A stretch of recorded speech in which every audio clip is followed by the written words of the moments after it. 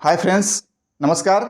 मैं डॉक्टर उत्तम, मेरे यूट्यूब चैनल उत्तीर्ण में आपका स्वागत है। आज का टॉपिक है डाइजेस्टिव सिस्टम। डाइजेस्टिव सिस्टम हमारे शरीर में जितने भी सिस्टम होते हैं उनमें सबसे महत्वपूर्ण इसको माना जा सकता है, क्योंकि हमारे शरीर में जितने भी सिस्टम पाए जाएंगे उन सभी सिस्टम को नरिशमेंट देने का, न्यूट्रिशन देने का काम डाइजेस्टिव सिस्टम के द्वारा ही किया जाता है। इसलिए हम लोग इसे एक महत्वपूर्ण सिस्टम मान सकते हैं। डाइजेस्टिव सिस्टम में कोई भी सिस्टम बहुत सारे ऑर्गन से के मिलने से बनता है। मीन्स कोई भी सिस्टम एकदम उसी तरह के काम करने वाले जितने भी ऑर्गन्स होते हैं उनको मिला करके एक सिस्टम बन जाता है। उसी तरह से डाइजेस्टिव सिस्टम भी जो है, डाइजेशन से संबंधित जितने भी ऑर्गन हैं जिनका काम होता है डाइजेशन परफॉर्म करने वाले, तो ऐसे ऑर्गन्स जिनका काम है डाइजेशन करना, उस तरह के ऑर्गन्स एक साथ मिल जाते हैं तो एक सिस्टम बन जाता है। इस सिस्टम को हम लोग डाइजेस्टिव सिस्टम कहेंगे। डाइजेस्टिव सिस्टम में बहुत सारे ऑर्गन्स पाए जाते हैं, जिनमें से कुछ पार्ट्स को हम लोग मेन डाइजेस्टिव ऑर्गन कहेंगे और कुछ को जो है हम लोग एसेसरी डाइजेस्टिव ऑर्गन कहेंगे। मेन डाइजेस्टिव ऑर्गन जो होते हैं उनमें माउथ हुआ, ओसोफेगस हुआ, स्टमक हुआ, स्मॉल इंटेस्टाइन, लार्ज इंटेस्टाइन और एनस, ये सभी जो है मेन डाइजेस्टिव ऑर्गन्स हैं। और कुछ एसेसरी जो हैं उनमें से salivary glands, liver, gall bladder, tongue, pancreas, ये सभी जो है एसेसरी डाइजेस्टिव ऑर्गन्स हुए। मीन्स ये सभी सिस्टम जहाँ पर कि ये सभी ऑर्गन्स जहाँ पर डाइजेशन परफॉर्म हुआ होता है, और ये सभी ऑर्गन जिनकी सहायता से डाइजेशन कराया जाता है फूड पार्टिकल्स का। अब आते हैं इसमें से पहला हम पढ़ेंगे, मेन में जो पहला है माउथ। तो माउथ में सबसे पहले देखेंगे माउथ होता कहाँ है और कैसा होता है। तो माउथ जो है सबसे फर्स्ट पार्ट है डाइजेस्टिव सिस्टम का ऑर्गन के रूप में। यह जो होता है बाहर की तरफ दो लिप से बाउंडेड होता है। बाहर की तरफ माउथ अपर लिप और लोअर लिप के द्वारा बाउंडेड होता है, और पीछे की तरफ जहां पर थ्रोट होता है, माउथ जो होता है थ्रोट के पास एक ओपनिंग के साथ खुलता है, जिसे हम लोग फाउसेस कहते हैं।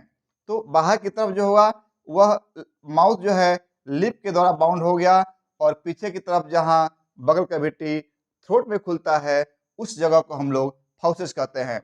इतना ही नहीं, माउथ के जो बाहरी पार्ट है जहां लिप होता है वहां पर जॉ होता है, अपर जॉ एंड लोअर जॉ। ये दोनों जॉ के ऊपर बहुत सारे टीथ पाए जाते हैं, जिसमें हम पहले क्लास में आप लोगों को बता चुके हैं कि there are 4 type of teeth: incisors, canines, premolars and molars. ये सभी टीथ जो होते हैं upper jaw and lower jaw पर जो है अरेंज होते हैं। उसके बाद आते हैं ये जो होता है फ्लोर है, और यह जो होता है रूफ है। तो फ्लोर से, बकल कैविटी के फ्लोर से, मीन्स माउथ जो होता है वह ऊपर की तरफ रूफ और नीचे की तरफ फ्लोर होता है। इसके फ्लोर पर एक टंग होता है, मस्कुलर ऑर्गन होता है, जिसे हम लोग टंग कहते हैं। इस टंग की सहायता से फूड पार्टिकल्स को मूवमेंट में सहायक होता है, और यह मस्टिकेशन में, फूड के मस्टिकेशन में सहायक होता है। ऊपर का जो पार्ट होता है इसे हम लोग रूफ कहेंगे। रूफ जो होता है इसे दो पार्ट में बांटा गया है। इस सामने वाले को हम लोग हार्ड पैलेट कहते हैं, और पीछे वाले को हम लोग सॉफ्ट पैलेट कहते हैं।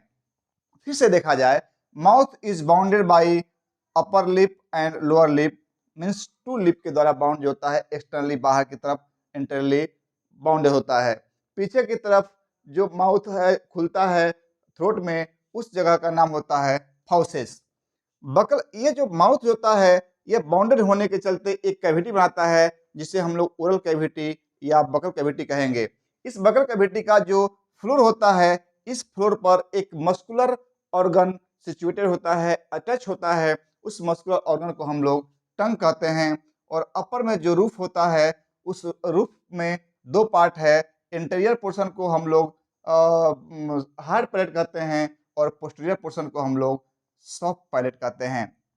सॉफ्ट पैलेट जहां पर थ्रोट्स में मिलने के बाद फारिंक्स से होते हुए इसोफेगस के पास जाता है, यहाँ पर एक स्फिंक्टर होता है, इसे हम लोग इसोफेजियल स्फिंक्टर कहते हैं, जिसकी सहायता से यह पार्ट जो होता है मूवमेंट में, मीन्स जो फूड फूड पार्टिकल्स है, जो बगल कैविटी में कुछ डाइजेस्टेड फूड पार्टिकल्स हैं और कुछ अनडाइजेस्टेड फूड पार्टिकल्स हैं, means semi digested food particle जो होते हैं उनको स्वैलो कराने में यह इंस्पेक्टर सहायक होता है। इसके साथ साथ इसमें जो यहाँ पर इंसिजर कनाइंस प्रीमोलर्स एनमोलर जो टीथ होते हैं, इनके द्वारा फूड पार्टिकल्स को क्रश किया जाता है, ग्राइंड किया जाता है और ग्राइंड कर करके फूड पार्टिकल्स को स्मॉलर वन बनाया जाता है, जिससे कि आसानी से इनको हम अपने थ्रोट के द्वारा ओइसोफेगस में इनगल्फ कर सकें। उसके साथ अगर टंग में देखेंगे तो टंग के द्वारा भी, चूंकि एक मस्कुलर ऑर्गन है, इसके ऊपर बहुत सारे टेस्ट बड्स पाए जाते हैं, बहुत सारे ग्लैंड पाए जाते हैं, पैपिला पाए जाते हैं, जिसकी सहायता से बहुत सारे बहुत ज़्यादा अमाउंट में जो है म्यूकस का सेक्रेशन होता है। इस म्यूकस की सहायता से हम जो फूड पार्टिकल्स को अपने बगल कैविटी में लेते हैं, उस फूड पार्टिकल्स को मस्टिकेट किया जाता है, मॉइस्ट किया जाता है, सॉफ्टन किया जाता है और उसके बाद जो है उसको हम लोग ओइसोफेगस में इनगल्फ कर लेते हैं। इतना ही नहीं, बगल कैविटी में पाए जाने वाले जो सैलिवरी ग्लैंड्स होते हैं, सैलिवरी ग्लैंड्स में आपको बताया जा चुका है पहले की क्लास में कि कुछ जो होते हैं मेजर सैलिवरी ग्लैंड्स होते हैं और कुछ को हम लोग माइनर सैलिवरी ग्लैंड्स कहते हैं। मेजर सैलिवरी ग्लैंड्स के रूप में जो है 3 पेयर्स होते हैं, पैरोटिड एक पेयर होता है, दूसरा सबमैंडिबुलर होता है और तीसरा जो है सबलिंगुअल होता है। तो पैरोटिड जो होता है उसके द्वारा जो सेक्रेशन निकलता है, उसका सेक्रेशन जो है वह सीरस होता है, क्योंकि उसमें सीरस की मात्रा जो होती है प्रेडोमिनेटली होती है। उसके बाद अगर हम सबमैंडिबुलर देखेंगे तो सबमैंडिबुलर सैलिवरी ग्लैंड के द्वारा जो सेक्रेशन निकलता है वह मिक्स टाइप का होता है, मीन्स उसमें कुछ पार्ट सीरस भी होता है और कुछ पार्ट म्यूकस भी होता है। लेकिन सबलिंगुअल सैलिवरी ग्लैंड्स के द्वारा जो सेक्रेशन निकलता है वह जो होता है कंप्लीटली यानी प्रीडोमिनेंटली म्यूकस होता है। इस तरह से इस म्यूकस और सीरस टाइप के जो सैलिवरी ग्लैंड से जो सलाइवा निकलते हैं, उनकी सहायता से इंजेस्ट किए गए फूड पार्टिकल्स जो होते हैं मॉइस्ट होते हैं, किए जाते हैं, सॉफ्टन किए जाते हैं और उसके साथ साथ मैस्टिकेट किए जाते हैं, ताकि आसानी से इन्हें ओइसोफेगस में इनगल्फ किया जा सके, स्वैलो किया जा सके। अब आते हैं उसके बाद जो पार्ट आता है उसको हम लोग फेरिंक्स कहते हैं। इसके बाद जो पार्ट आता है उसे हम लोग, इस पार्ट को हम लोग फेरिंक्स कहेंगे। फेरिंक्स एक ऐसा पार्ट है जो बकल कैविटी को ओइसोफेगस से जुड़ता है। यहाँ पर एक ओपनिंग होती है, इस ओपनिंग को हम लोग गलेट कहते हैं, जो ओपनिंग फूड पाइप में आके खुलता है, मीन्स ओइसोफेगस में आके खुलता है। ओइसोफेगस में आकर खुलने वाले जो ओपनिंग होते हैं, इस ओपनिंग को हम लोग गलेट कहते हैं। इस गलेट की सहायता से फेरिंक्स के पास में जो है यह बगल कैविटी आके खुलता है ओइसोफेगस में। यहाँ पर एक और ओपनिंग है, इस ओपनिंग को हम लोग ग्लोटिस कहते हैं। यह ग्लोटिस जो है यह ओपनिंग है आपका ट्रेकिया का। इसी ग्लोटिस के द्वारा सहायता से यह जो है ओपनिंग होती है ट्रेकिया में। जो नेजल कैविटी है, नेजल कैविटी जहाँ पर इंटरनली जहाँ पर ओपन होता है, वो ओपनिंग आकर करके खुलता है आपका ग्लोटिस में, ताकि एयर जो होता है वह डायरेक्टली ग्लोटिस में इंटर कर जाए, यह फेरिंक्स होते हुए ओइसोफेगस में इंटर ना करे। या जो हम लोग खाना खाते हैं वह खाना जो है डायरेक्टली ओइसोफेगस में आ जाए, इस ग्लोटिस में न आए, ट्रेकिया में न आए। नहीं तो अब कभी कभी देखते हैं किसी किसी को खाते समय बोलते हुए आदमी को सड़ जाता है खाना, इसका मतलब होता है कि उसका जो फूड पार्टिकल्स होता है वह आकर के ट्रेकिया में फंस गया और उसको निकालने के चक्कर में जो होता है वो छींक आता है, ताकि उसमें से ट्रेकिया में से निकल जाए। तो इस तरह से हम देखेंगे कि यह जो ग्लोटिस होता है उसकी सहायता से एयर जो है वह एयर हमारे ट्रेकिया में इंटर करता है। ग्लोटिस के ऊपर एक लीड होता है, इस लीड को हम लोग कहते हैं इपीग्लोटिस। इपीग्लोटिस, यही इपीग्लोटिस लीड जो है यह गार्ड करता है ग्लोटिस को, ताकि फूड पार्टिकल्स जो हैं वे इसके अंदर आकर के न फंसें, ताकि हमको हमारे रेस्पिरेटरी सिस्टम को कोई डिस्टर्बेंस ना हो। अब आते हैं, हमको रेस्पिरेटरी सिस्टम नहीं पढ़ना है, अब आएंगे हम लोग ओइसोफेगस में। ओइसोफेगस जो पार्ट है वह सेकेंड पार्ट हो गया हमारे डाइजेस्टिव सिस्टम का। ओइसोफेगस एक पाइप है, इसको हम लोग फूड पाइप भी कहते हैं। इसकी सहायता से फूड जो होता है वह नीचे सरकते हुए आकर के स्टमक में आता है। अब आएंगे हम लोग कि ये जो ओइसोफेगस होता है, इसके जो है 4 लेयर्स हैं। सबसे अंदर वाले लेयर को हम लोग म्यूकोसा लेयर कहते हैं। उसके बाद का जो लेयर होता है उसे हम लोग सब म्यूकोसा कहते हैं। उसके बाद का जो लेयर होता है वह मस्कुलरिस कुलरिस, इसको हम लोग म्यूकोसा कह दिए, दूसरे को हम लोग सब म्यूकोसा कह दिए, तीसरे को हम लोग मस्कुलरिस कह दिए और चौथे को हम लोग सेरियोसा कह दिए। तो इस तरह से ये 4 मेम्ब्रेन हो गए हमारे ओइसोफेगस के। फ्रॉम इनर, अंदर से आते हैं। फर्स्ट जो पोर्शन होता है उसे म्यूकोसा कह दिए, सेकंड जो लेयर है उसे सब म्यूकोसा कह दिए, थर्ड लेयर को हम लोग मस्कुलरिस कह दिए और फोर्थ लेयर को हम लोग सेरोसा कह दिए। तो इस तरह से serosa is the outer most layer which is situated just behind the peritoneum of the abdominal cavity. इस तरह से जो फूड पार्टिकल्स हमारे माउथ में मस्टिकेट किए गए हैं, सॉफ्टन किए गए हैं, मॉइस्ट किए गए हैं, वो मॉइस्ट फूड पार्टिकल्स जो होते हैं स्वैले होकर करके आते हैं ओइसोफेगस में। ओइसोफेगस से होते हुए यह जो होते हैं सरक जाते हैं स्टमक में। इसमें जो म्यूकोसा मेम्ब्रेन होता है, इस म्यूकोसा मेम्ब्रेन के द्वारा कुछ जूस सेक्रेट किया जाता है जिसे हम लोग म्यूसिन या म्यूकस कहते हैं। उसी म्यूकस की सहायता से ओइसोफेगस का जो इनर लेयर होता है वह चिकना हो जाता है। उसके साथ साथ पेरिस्टाल्टिक मूवमेंट भी होता है। उस मूवमेंट की सहायता से सेमी डाइजेस्टेड जो फूड पार्टिकल्स होते हैं स्टमक में आकर के इकट्ठा हो जाते हैं। अब आते हैं कि यह जो ओइसोफेगस होता है वह हमारे थोरेसिक कैविटी से होते हुए, यह मीडियास्टाइनम के जस्ट पोस्टीरियर से होते रन करते हुए थोरेसिक कैविटी से होते हुए यह इंटर करता है एब्डोमिनल कैविटी में। तो एब्डोमिनल कैविटी में this is the diaphragm. Diaphragm is the partition between thoracic cavity and abdominal cavity. यह जो थोरेसिक कैविटी और एब्डोमिनल कैविटी जो पार्टीशन है जिसे हम लोग डायफ्राम कह दिए, डायफ्राम में एक होल होता है। उसी होल के सहायता से यह जो ओइसोफेगस होता है वह एब्डोमिनल कैविटी में इंटर करता है और आकर करके स्टमक के साथ मिल जाता है। तो ये जहां मिलता है इस जगह को जो होल है, इस होल को हम लोग ओइसोफेजियल हाइटस कहते हैं। इस जगह को हम लोग, इस होल को ओइसोफेजियल हाइटस कहते हैं। इस जगह को हम लोग ओइसोफेजियल हाइटस कहते हैं, इस होल को। इसी होल की सहायता से यह ओइसोफेगस जो होता है वह आकर के एब्डोमिनल कैविटी में इंटर करता है और आकर के स्टमक से अटैच होता है। तो जहां पर यह स्टमक से अटैच होता है उस जगह को गैस्ट्रो ओइसोफेजियल जंक्शन कहते हैं, जहां पर यह ओइसोफेगस आकर करके स्टमक से अटैच होता है। तो अभी तक हम बताएं आपको माउथ में जो पार्ट्स होते हैं जो डाइजेशन में सहायक होते हैं। उसके बाद हम लोग आए ओइसोफेगस में। ओइसोफेगस के 4 लेयर के विषय में बताया गया। म्यूकोसा सबसे इनर लेयर है, उसके आउटर जो होता है सब म्यूकोसा, उसके आउटर जो होता है मस्कुलरिस, उसके आउटर जो होता है सेरोसा जो कि पेरिटोनियम के कांटेक्ट में होता है। यह जो है डायफ्राम के पास एक होल होता है जिसे हम लोग ओइसोफेजियल हाइटस कहते हैं। उस होल की सहायता से यह ओइसोफेगस एब्डोमिनल कैविटी में इंटर करता है और करके वह आकर के स्टमक से आके मिलता है, स्टमक में आके खुलता है। तो ये हो गया ओइसोफेगस। अब आएंगे हम लोग स्टमक। जो नेक्स्ट पार्ट है हमारे डाइजेस्टिव सिस्टम का, उसका नाम है स्टमक।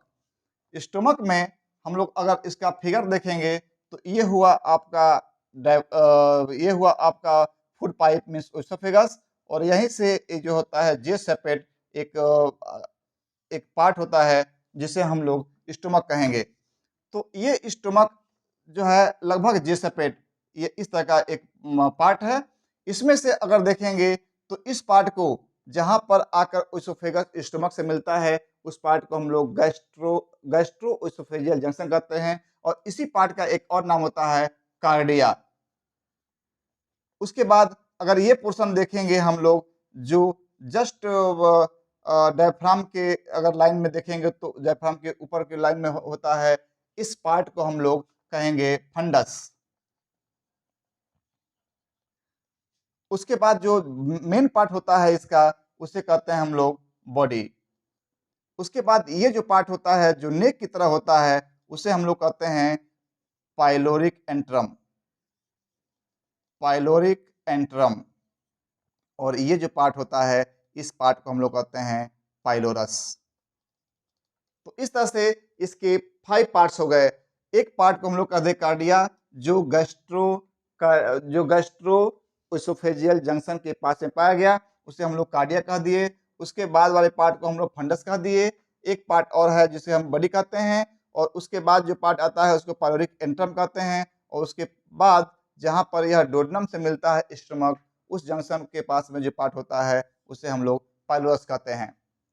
एक और इम्पोर्टेंट क्वेश्चन जो पीछे मिस कर गया है, जहां पर ओसोफेगस स्टमक से मिलता है उस पोर्शन को हम लोग अगर देखेंगे हॉरिजॉन्टली एक लाइन अगर ड्रॉ करते हैं तो यह लाइन 10th वर्टिब्रा के पैरेलल जो होता है वह होता है। मींस डायफ्राम के को छेदते हुए डायफ्राम को के में जो होल होता है जिसे हम लोग ओसोफेजियल हाइटस कहते हैं, उसके द्वारा जो ओसोफेगस होता है एब्डोमिनल कैविटी में इंटर करता है, उसका जो पोजीशन होता है वह 10th वर्टिब्रा के पोजीशन में आकर के वह इंटर करता है।